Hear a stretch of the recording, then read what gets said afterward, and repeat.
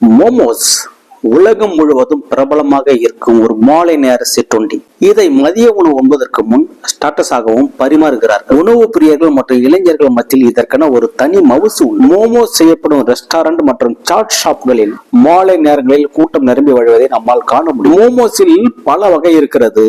அதில் chicken momos, beef momos, vegetable momos, cheese momos மற்றும் பால் உருண்டையை மற்றும் சர்க்கரையை கொண்டு செய்யப்படும் கோ மோமோஸ் பிரபலமானவை. மோமோஸ் திபெத் அல்லது இந்தியாவில் இருக்கும் வடகிழக்கு மாநிலங்களில் உதயமாகி இருக்கலாம் என்று கூறப்பட்டாலும் மோமோஸ் என்கிற இதனின் பெயர் சீன மொழியிலிருந்து தான் வந்திருக்கிறது. அதற்கேற்றவாறு மோமோஸ் சீனர்களின் பாரம்பரிய உணவுகளில் ஒன்றாக இருக்கிறது. இன்றைக்கு இவை உலகம் முழுவதும் வெவ்வேறு பகுதிகளில் அந்தந்த பகுதிகளில் உணவு முறைக்கு ஏற்ப சிறு சிறு மாற்றங்களோடு இதை செய்து உண்கிறார்கள். மோமோஸை தொட்டு உண்பதற்காகவே பிரத்யேகமாக ஒரு சட்னி செய்யப்படுகிறது. இந்த சட்னி தக்காளி, காஞ்ச காஷ்மீரி மிளகாய், பூண்டு, மிளகுத்தூள், சர்க்கரை, வினிகர் மற்றும் உப்பு கொண்டு செய்யப்படுகிறது. மோமோஸ் இந்த சட்னியுடன் சேர்த்து சாப்பிட்டால் அது ஒரு அசத்தலான காம்பினேஷன். சரி, இந்த மோமோஸை எப்படி செய்வது? இதற்கு தேவையான பொருட்கள்: ஒரு கப் மைதா மாவு, ஒரு பெரிய வெங்காயம், ஒரு குடைமிளகாய், 2 கேரட், 5 அல்லது 6 பீன்ஸ்,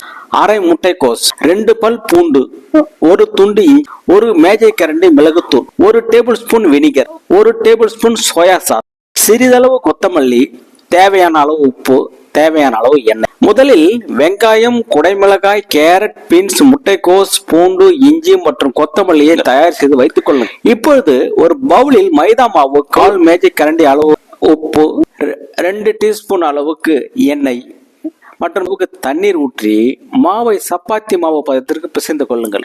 பின்பு ஒரு பாத்திரத்தில் வைத்து இறுக்கமாக மூடி போட்டு அதை சுமார் 40 to 1 மணி நேரம் வரை ஊறவிடணும்.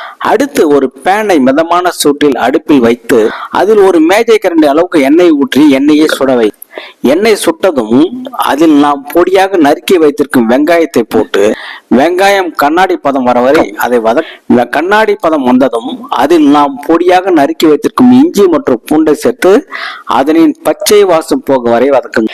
இஞ்சி பூண்டின் பச்சை வாசம் போனதும் அதில் நாம் நறுக்கி வைத்திருக்கும் குடைமிளகாய், கேரட், முட்டைக்கோஸ் மற்றும் பீன்ஸை போட்டு அதை நன்கு கலந்துவிட்டு சுமார் 2 நிமிடம் வரை அதை வதக்கவும். பின்பு அதில் மிளகாய் தூள், வினிகர், சோயா சாஸ் மற்றும் 1 டீஸ்பூன் அளவு உப்பு சேர்த்து அதை நன்கு கிளறி விட்டு வேக விடும். பின்னர் அதில் சிறிதளவு கொத்தமல்லியை தூவி ஒரு கிளறி அடுப்பிலிருந்து இறக்கி அதை சிறிது நேரம் ஆற விடுங்கள்.